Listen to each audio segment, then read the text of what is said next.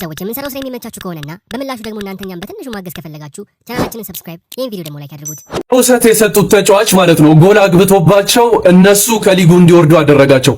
ከዛ ይህ የምታዩትን ድብደባ ፈጸሙበት። ቪዲዮን ተመልክተን እንምጣ።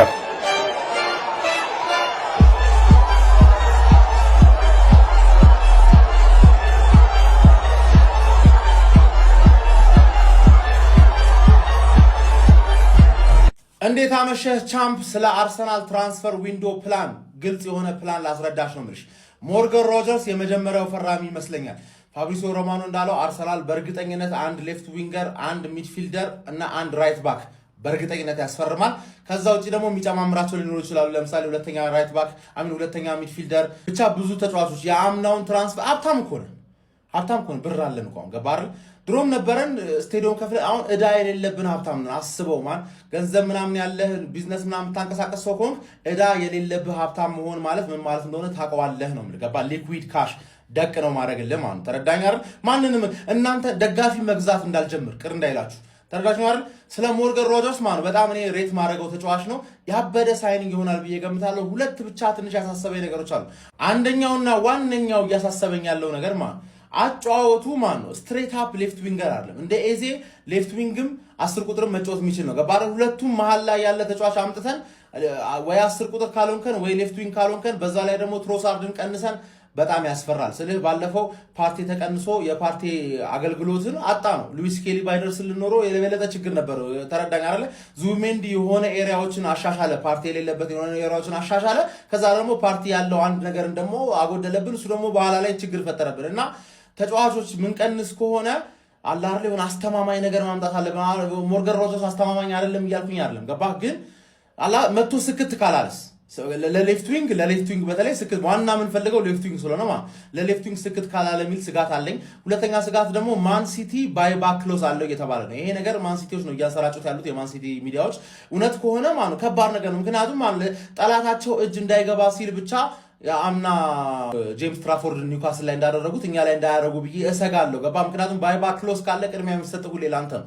ግን ቀጥታ አስቶን ቪላ ከማን ሲቲ አለም የገዛው ምን ይሄ ልጅ ይምጣ በቃ ያለኝ ስጋ ራፋኤል ሊያውም እየተባለ ነው። ይሄ ልጅና ራፋኤል ሊያው ከመጡ ማርቲኔሊንም ትሮሳርድንም መሸኘት ይችላል ማለት ነው። ምክንያቱም ወደ መሃል ገብቶ እንደ 10 ቁጥር የሚጫወት ሌፍት ዊንግም አለን ኤዜ ሞርጋን ሮጀርስ ከነገና ደግሞ ስትሬት አፕ ዊንገር ብቻውን አጣጥፎ ምናምን የሆነ ነገር ፋይናል ሰርዱስ መፍጠር የሚችልም ራፋኤል ሊያው ካለ እንደ ኦፕሽን ይሄ ያስማማኛል ማለት ነው። ተረዳኝ አይደል? ይመች። ኮፒ ሊንክ ማድረግ እንዳትረሳ ማን ተሰቃየው። ጄርሚ ሞንጋ ወደ አርሰናል የ16 ዓመቱ የሌስተር ሲቲ ተጫዋች ወደ አርሰናል ለመምጣት ሙሉ በሙሉ እየጨረሰ እንደሆነ ተዘግቧል። ዝርዝር ጉዳዮች እያለቁ ነው። ከ10 እስከ 15 ሚሊዮን ፓውንድ የፈጀ ዝውውር ሊሆን እንደሚችል የተገለጸ ይገኛል። ይህ የ16 ዓመት የመስመር አጥቂ እጅግ በጣም ትልቅ ተስፋ ያለው እንደሆነና ወደፊት በጣም ትልቅ ለውጥ ሊያመጣ የሚችል እንደሆነ የተገለጸ ይገኛል። አርሰናል እንግዲህ ለሁለተኛ ቡድኑና ለዋና ቡድኑ ያፈራረቀ ሊጠቀመው እንደሚችል እየተገለጸ ይገኛል። ሪካርዶ ካላፊዮሪ ወደ ሪያል ማድሪድ። የሪካርዶ ካላፊዮሪ ወኪሎችና የሪያል ማድሪድ ባለስልጣናት በደንብ ቁጭ ብለው እንደተነጋገሩ እየተዘገበ ይገኛል። ፋብሪዚዮ ሮማኖን ጨምሮ ታማኝ የመረጃ ምንጮች እንደሚዘግቡት ከሆነ ካላፊዮሪ ወደ ሪያል ማድሪድ የሚጓዝበት እድል እንዳለ እየተገለጸ ይገኛል። ነገር ግን አርሰናል አይነክ የተጫዋቹ ከመሆኑ ጋር በተገናኘ ትልቅ ገንዘብ ሊጠይቅበት እንደሚችልም እየተዘገበ ይገኛል። ላይክ፣ ኮፒ ሊንክ፣ ፎሎ፣ ሼር እያደረጋችሁ ሌሎች መረጃዎችን ይዤላችሁ እመጣለሁ። ይመቻቸው። የ2026 የዓለም ዋንጫ አሸናፊ ኔዘርላንድ ናት። እኔ ሳይሆን ያልኩት እዞየናል መነጠር ያረገዙ ስለበት ሰው ምን አባቱ ነው የሚያወራው ትችላላችሁ። ዮአኪም ክሌምት ይባላል። ጀርመናዊ ማቴማቲሻን። አንድ ማቴማቲሻን ኢንቨስትመንት እዛ ላይ ምናምን ሲሰራ የነበረ ሰውዬ ምን አግብቶት ነው ስለ ኳስ የሚያወራው አትሉ? ይሄ ሰውዬ የራሱ ሲስተም አለ። 2014 ላይ ጀርመን ትበላለች አለ በላች። 2018 ላይ ፍራንስ ትበላለች አለ በላች። 2022 ላይ ደግሞ ሜሲቷ ትበላለች አለ በላች ማለት ነው። ይሄ ሰውዬ ዝም ብሎ እየቀባጠረ አይደለም እና የሱ ሳይንቲፊክ ሞዴል የሀገሪቷን ጂዲፒ ማለት ነው ግሮስ ዶሜስቲክ ፕሮዳክሽናል ፖፑሌሽን ወይም ደግሞ የህዝብ ቁጥሯን የእግር ኳስ ካልቸሩ ፊፋ ላላቸው ራንኪንግ የተለያዩ ነገሮችን ከግምት ውስጥ አስገብቶ ነው ሰውዬው የሚገምተው። ከሰጣቸው ሌሎች ግምቶች ውስጥ ራውንድ ኦፍ 32 ላይ ብራዚል በጃፓን ትወድቃለች ብሏል። ከዛ በኋላ አርጀንቲና ዊል ቢ ዘ ኦንሊ ቲም ቱ ሪች ዘ ኳርተር ፋይናል፣ ሩብ ፍጻሜ የሚደርሱት አርጀንቲና ብቻ ናቸው። ከዛ በኋላ ከፖርቹጋል ጋር ይጫወታሉ። ፍጻሜው ደግሞ ኔዘርላንድ ከፖርቹጋል ይሆናል። ኔዘርላንድ ትበሏለች ብሏል። እንግዲህ ቦስማን 3 ጊዜ አልተሳሳተም፣ 4ኛውን ይሳሳታል ወይ ሰልሰት የሚለው ኮሜንት ላይ ያስቀምጡልኝ። ፎሎ ኮፒንግ ሼር እያረጋችሁ የማቻቸው ጋይስ ጁኒየር ክሩፕ እንግዲህ ማለት ነው ካሳለፈው የዛ ዘግናኝ የሚገርም ሲዝን በኋላ ማለት ነው በጣም ትልልቅ ክለቦች እየፈለጉት ነው። በርንማውዞች 80 ሚሊዮን ነው የሚፈልጉት። ይሄ ልጅ ግን ምንም ጥያቄ የለውም። እኔ ዝም ብዬ ፊቱን ሳየው የአርሰናል ደጋፊ ነው የሚመስል። ምክንያቱም ፕሪሚየር ሊጉን የሰጠን አሰጣጥ ኖርማል አይደለም። ይሄ በዶናሩማን አስቆሞት ነው የሰጠን። ገብቷችኋል አይደለም? ፒኤስጂ ይፈልገዋል፣ ኢቭን ማንቸስተር ሲቲ ይፈልገዋል። ያን የመሰለ ጎል አግብቶባቸው ማለት ነው። ከዛ አርሰናል አለ ማን በጣም በብዙ ትልልቅ ኢሮፒያን ክለቦች የሚፈለግ ልጅ ነው። ስኪሉን የሚሰራቸውን ስኪሎች ማለት ጁኒየር ክሩፒ ስኪልስ ብላችሁ ሰርች አድርጉትና ይኸው ቲክቶክ ላይ ራሱ ልክ አይደለም፣ ሰውየው ጤነኛ አይደለም። የሚሰራቸው ስኪሎች፣ የሚያገባቸው ጎሎች ማን ተቾቹ ግራ ቀኝ ይጠቀማል። በጣም ነው የሚችለው። ሆሜን ዳዌን ያገባብን እኛ ማለት ነው። ስለዚህ ይሄ ልጅ ደርሶ መልስ የሚያገባብን ከሆነ ቀጣይ ዓመት ደግሞ እኛ ብናስፈርመው ሌላም ሰዎች ሊያገባ አርሰናል ከዚህ ልጅ በተጨማሪ ማለት ነው ሮጀርስን ይፈልጋል። ሊያውም አለ አይናችሁን ውስጥ እንግዲህ ማለት ነው። ማንን እናስፈርም? ዝም ብላችሁ ኮመንት ላይ ያስቀምጡልኝ። እኔ አንዱን መርጬ ላስፈርምላችሁ። አንዱን ማለት ነው። አንድ ብቻ ነው የምናስፈርመው ከነዚህ ውስጥ አንዱን። ከዛ በኋላ እናንተ አስቀምጡልኝ። ወዳጅህንና ጠላትህን በመጥፎ ቀንህ ላይ ትለየዋለህ ይባላል። ቼልሲ አሁን ያለበትን ደረጃ እንዲወጣ ያደረጉት እኮ አንዱም እኮ ተጫዋቾቹ ናቸው አይደል? ራሳቸው ባደረጉት ነገር ላይ እኛ ከዚህ ቲም ጋር መቀጠል አንፈልግም ማለት ምን ማለት ነው? ኤንዞ ፈርናንዴዝ እና ኩኩሬላ፣ በተለይ ኩኩሬላ በጣም የሚያስጠላ ሙድ እያራመድክ ነው። የምር በጣም እኔ እንጃ፣ እኔ አላቅም። በመጥፎ ሰዓት ላይ ሁልጊዜም ቢሆን ማለት ትለይበታለህ ሰው። ሉዊስ ሃል የቼልሲ አካዳሚ ተጫዋች ነው። ቼልሲ በዚህ ሰዓት ተቸግሯል። ኩኩሬላ ካልወጣው እያለ ነው ምናምን ነገር ሲጠይቀው ቼልሲ ከመቀላቀል ይልቅ ማንቸስተር ዩናይትድ መቀላቀል መረጠ። እመነኝ፣ እርግጠኛውን የምነግርህ የማንቸስተር ዩናይትድ ተጫዋች ሆኖ ገፍተ አስወጥተው ካልሆነ በስተቀረ ዩናይትድ አልጫወትም ሊል አይችልም። ዩናይትድ አካዳሚ ያደገ ተጫዋች።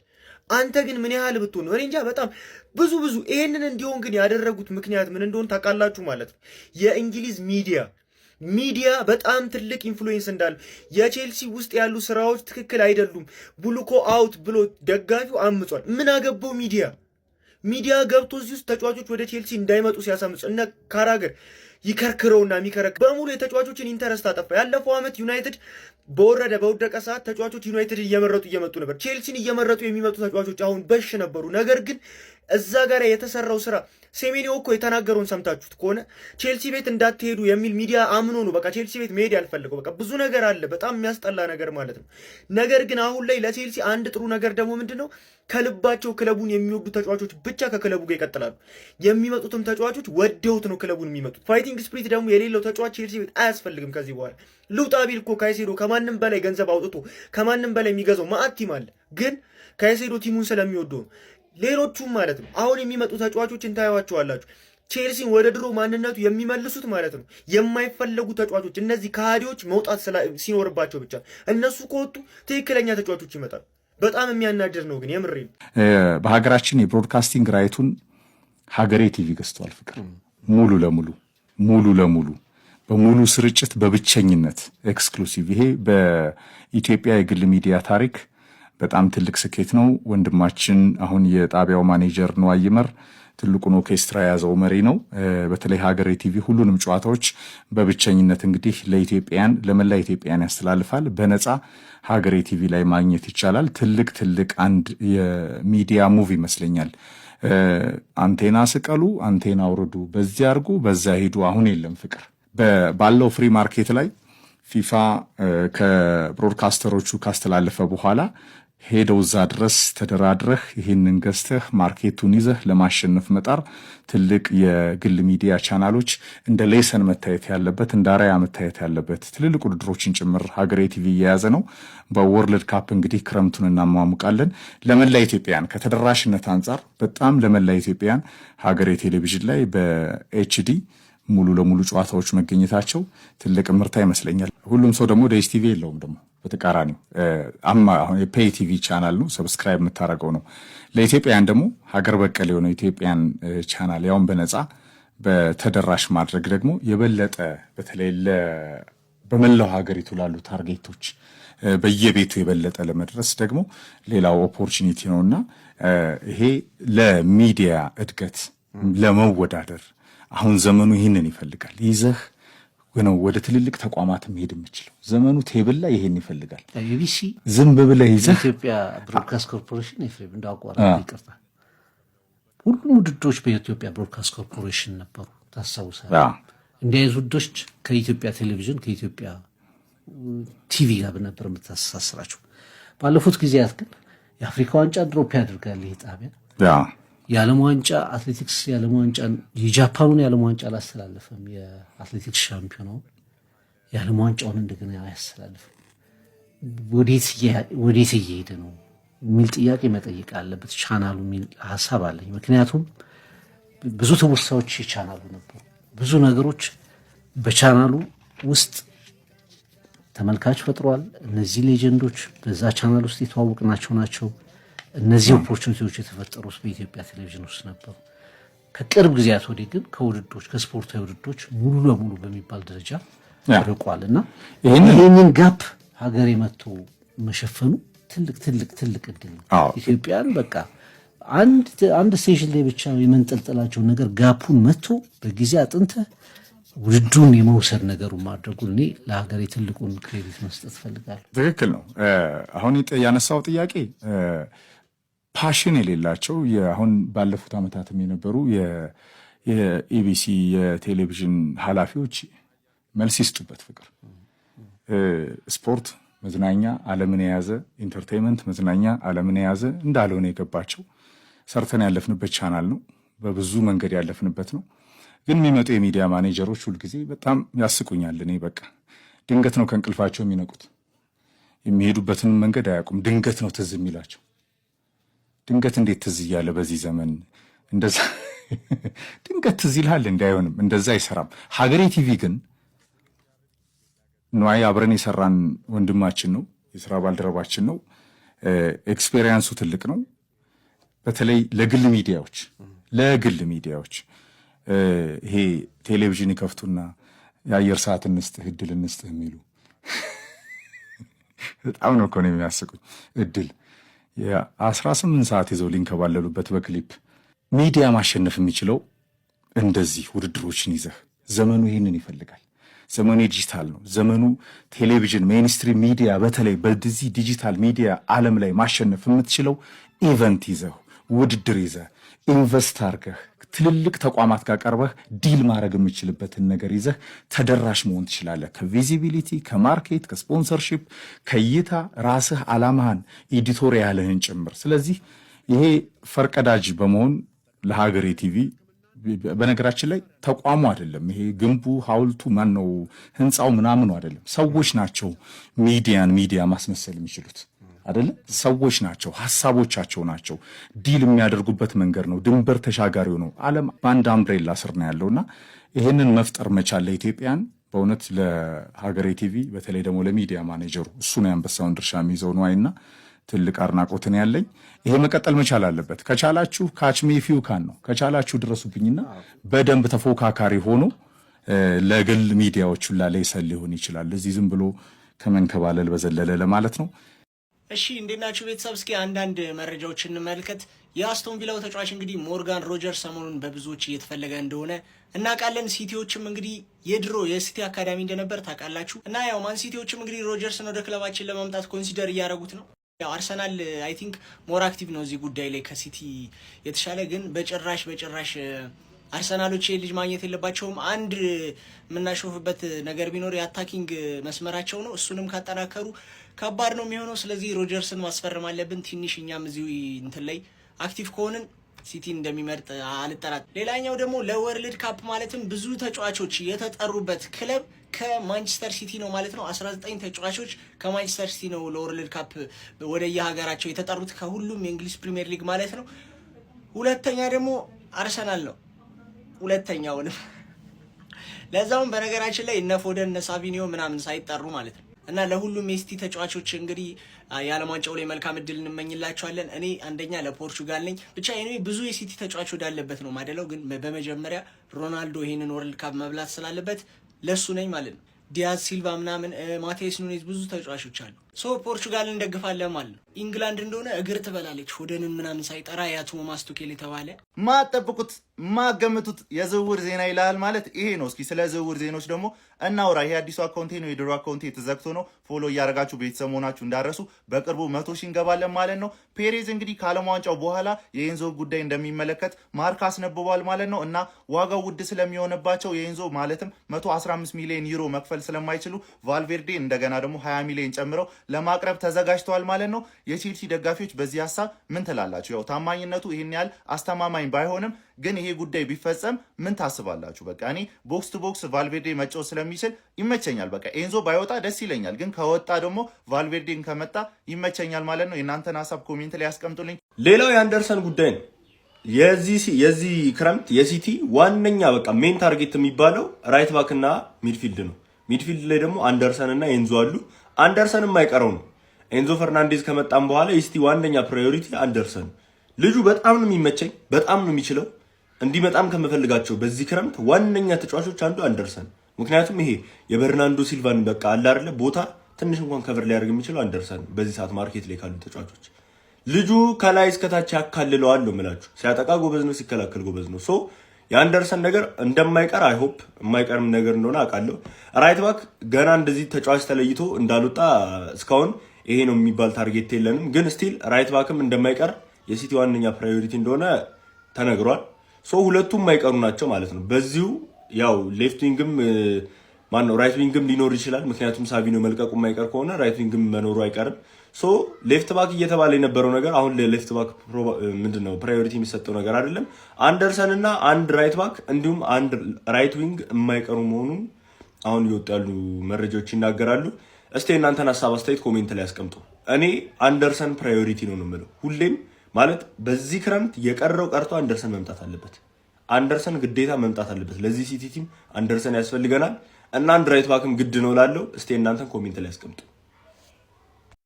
መተቶ ኢልቢሶ ጭራሽ እኔ በቃ አስፈረመ። አልহামዱሊላህ እዚህ ፕሪሚየር ሊግ ያሉ እነ ቶናሊ እነ ማቲያስ ፈርናንዴዝን አላርለ እነሱን ትቶ አሁን ይሄን አስፈርሟል። በቃ ስለ ጭራሽ 45 ሚሊዮን ዩሮ ያወጣው ለሁለተኛ አማራጭ ነው። እንዲጠገብሽ እኔ በህይወት እያለው እንደዚህ ተቁላላሽብኝ። እኔ እኮ ጭራሽ አሁን ደግሞ ጭራሽ ማቲያስ ፈርናንዴዝን ከዌስትሃም ጋር ግብ ላይ ነው። ዌስትሃም 100 ሚሊዮን ብሏል። ዩናይትድ በ80 ለመጨረሽ ተፈተፍ እያለ ነው ተብሏልና ጭራሽ ደግሞ እዛ ከኒውካስሉ ቶናሊም አለ ኤሌት አንደርሰንም አልተው የሚባል ነገር አለ። ይሄ ቤንች ነው። አንቺ አልፎልሽ 45 ሚሊዮን ዩሮ ቤንች ልታረጊ ነው። ልንጠልጠል ታዲያሽ እኔ እኮ በቃ ብዬ ነው እኮ በቃ ብዬ ይሄን ቪዲዮ ላይ ሩዊጎን አልሰራሁትም። አልহামዱሊላህ በዚህ ከተፋታን ብዬ ጭራሽ የኔ መሰለ ተጫዋች ለቤንች ከተጠቀምሽ ሙሉ ያለህን ንብረት አስመዝግብ። አንተ ተንከባላይ ቆሪጣም የሆነ ነገርማ አለ። አሁን የልጅ አንሶ ነው አንተ ለማሃል እንዴት ነው የፈላብ ባለ ሶስተኛ ወጣ እንጂ ሶስት ዋንጫ ነው እንዴ በላው? ይበቃል። የአርሰናል ደጋፊዎችን ግን እየታዘብኳችሁ ነው። እኛ ብቻ ነን እንዴ የምንቋጥርባችሁ የሚመስላችሁ? የሊቨርፑል ደጋፊዎችን ተንኮል አሁን አንድ ባንድ ነግራችኋል። አመቱን ሙሉ ከኛ በላይና ከኛ እኩል ቁጥር ሲያረጉባችሁ ይከርሙና ልክ ውድድሩ ሲያልቅ እኔ እኮ ሊቨርፑል እኮ ባይኖር እኮ አርሰናል ነው ሁለተኛ ክለቤ እትክልል አይሉ ውሸት ነው። እኛ ግን ሐላል ስለምንቋጠርባችሁ ስለምንወዳችሁ ውድድ ነው የምናረጋችሁ። እኛ ኤቨሬቼዝ እና ማርቲን ኦዴጋርድ በጣም ሃይ ኳሊቲ ያላቸው ምርጥ ተጫዋቾች ናቸው። ነገር ግን ሞርጋን ሮጀርስ በእርግጠኝነት ይህንን ቦታ ይረከባቸዋል እያለን ነው። እንግዲህ የቀድሞ የኒውካስትል አሰልጣኝ የነበረው አለም ፓርዲው ማለት ነው። ስንቶቻችሁ በዚህ ሀሳብ ትስማማላችሁ? ለማንኛውም ይህን ቪዲዮ ይመጣላችሁ ሰዎች ኮፒ ሊንክ ያደረጋችሁ ለአካውንቱ ቤተሰብ ያልሆናችሁ የፕላስ ምልክቷን በመጫን ቤተሰቡ ነው ይመቻችሁ። ሀሳብ ስጡበት። ማንቸስተር ዩናይትድ ለሌፍት ባክ ሉዊስ ሆልን እየተመለከተ ነው እየተባለ ነው። ስለ ትራንስፈር ዊንዶ ከተከፈተ ማን ዩናይትድ ነው ከሁሉም የበለጠ እንደ አምና ራሱ አለ። አምና እኮ 3 ተጫዋች ብቻ ነው ያመጣው፣ ግን 3ቱን ተጫዋች ወሳኝ ቦታ ላይ ያመጣቸውና ስክት ነው ያሉለት። አሁንም ደግሞ እንደዚህ አይነት ነገር ላይ ካስቀጠለ ለአሁን ሉዊስ ሆልን እኔ በኳሊቲ ደረጃ አደንቋል። ገባህ? ግን የሆነ ቶሎ የሚጎዳ አይነት ተጫዋች ነው። ስለዚህ ለቋሚ ሌፍት ሉክ ሾው ምናምን የሚቀር ከሆነ ሁለቱም ቢጎዱባችሁስ? ገባህ? አሁን የብዙ የዩናይትድ ደጋፊ ማለት ለዋንጫ ነው የምትጮተው ምናምን ብሎ እያሰበ ነው። ግን ለዋንጫ መጮት የምትፈልግ ከሆነ ማለት ጉዳት በቀላሉ የሚያስተጓጉልህ ከሆነ ችግር ነው ማለት ነው። ገባህ? ታይለር መላሲያን ይዘህ ፕሪሚየር ሊግ ምናምን ማሰብ ከባድ ነው እና ሉዊስ ሆል በጣም ኳሊቲ ያለው ተጫዋች ነው። ኤንደርሰንም ራሱ ማለት ነው ለቋሚነት ሳይሆን የሜኑ አጣማሪ ገና ያስፈልጋል። የሜኑ አጣማሪ ወርልድ ክላስ የሆነ የካሰሚሮ ምትክ ታመጣለታለህ። ኤደርሰን ደግሞ የኡጋርቴ ምትክ ይሆናል። ገባለ በካሰሚሮ ላይም አፕግሬድ አረክ፣ በኡጋርቴ ላይም አፕግሬድ አረክ። አሁን አስተማማኝ ሚድፊልድ ገነባማ። ይሄ ግልጽ የሆነ ነገር ነው። እኔ እንደተናገርኩት ሚድፊልደር አንድ ብቻ ነው፣ 2-3 ነው የሚያስፈልጋቸው። ገባ ሁለት ኳሊቲ ያላቸውን አንደኛውን አስፈርመዋል። የኳሊቲውን የምናየው ይሆናል። ግን ስቲል አንድ የተረጋገጠ ደግሞ ጽድት ያለ ፕሪሚየር ሊግ ፕሩቭን የሆነ ወይ ደግሞ ከትልቅ ክለብ ልምድ ያለው ምናምን አንድ ሌላ ደቅ ታረግና ከዛ አንድ ታዳጊ ትጨምራለህ ነው የምልህ። ገባለ 3 ሚድፊልደር ግዴታ ነው። 3 ሚድፊልደር ግዴታ ነው። አንድ ሌፍት ባክ ደግሞ ግዴታ ነው። ሌፍት ባኩ ግን ማን ነው ቀጥታ መጥቶ ስክት ሚል ይሄ ሰውዬ በኳሊቲ ደረጃ ቀጥታ መጥቶ ስክት ሚል አይነት ተጫዋች ነው። ሀቅ ለመናገር ግን ጉዳት ደግሞ የሚያጠቃው አይነት ተጫዋች ነው። ስለዛ ተጎድቶ ደግሞ እንዳትቸገሩ ምናምን ነገር ደግሞ ያሳስባል። ሱፐር ግን ኳሊቲ የሆነ ሳይኒንግ ነው። ኒውካስል አለቀውም እያለ ነው። ብራይንም ቦይሞን ፈልጎ ያለ ቻምፒየንስ ሊግ ፉትቦል ነው ኮርኩማቸው የወሰዳችሁበት አይደለ? ሰር አሌክስ ፈርጉሰን ታክስ ይባላል። ስለዛ ይሄ ሰውዬ ማምጣት ሊቨርፑል አሰቃይቶ ተጫዋች ወስዶበታል እኮ ኒውካስልን። ገባል አይከብድህም ነው የምልህ፣ አይከብድህም። ገባ አንድ ተከላካይ ይቀርሃል። አንድ ተከላካይ ራይት ባኩ ለሚቀጥለው ሲዝን ይተላል። እኔ ካሪክ ዘንድሮ ባየሁት ብቻ ምን አይነት ሲዝን ሊያሳልፍ እንደሚችል ማቀው ኢኒዮሶች በሚገዙለት ተጫዋች ነው። ኢኒዮሶች ስኳድ ቢልድ ካረጉለት ስኳዱን ተጠቅመው የሆነ ነገር ማድረግ መቻል አለበት። ካልሆነ ማሰላማ ማለት ተረዳኛለ። የሮናልዶ ጎረቤት መሆን ትፈልጋላችሁ? ይህ የ10 ሚሊዮን ዶላር ቪላ ላሳያችሁ እፈልጋለሁ።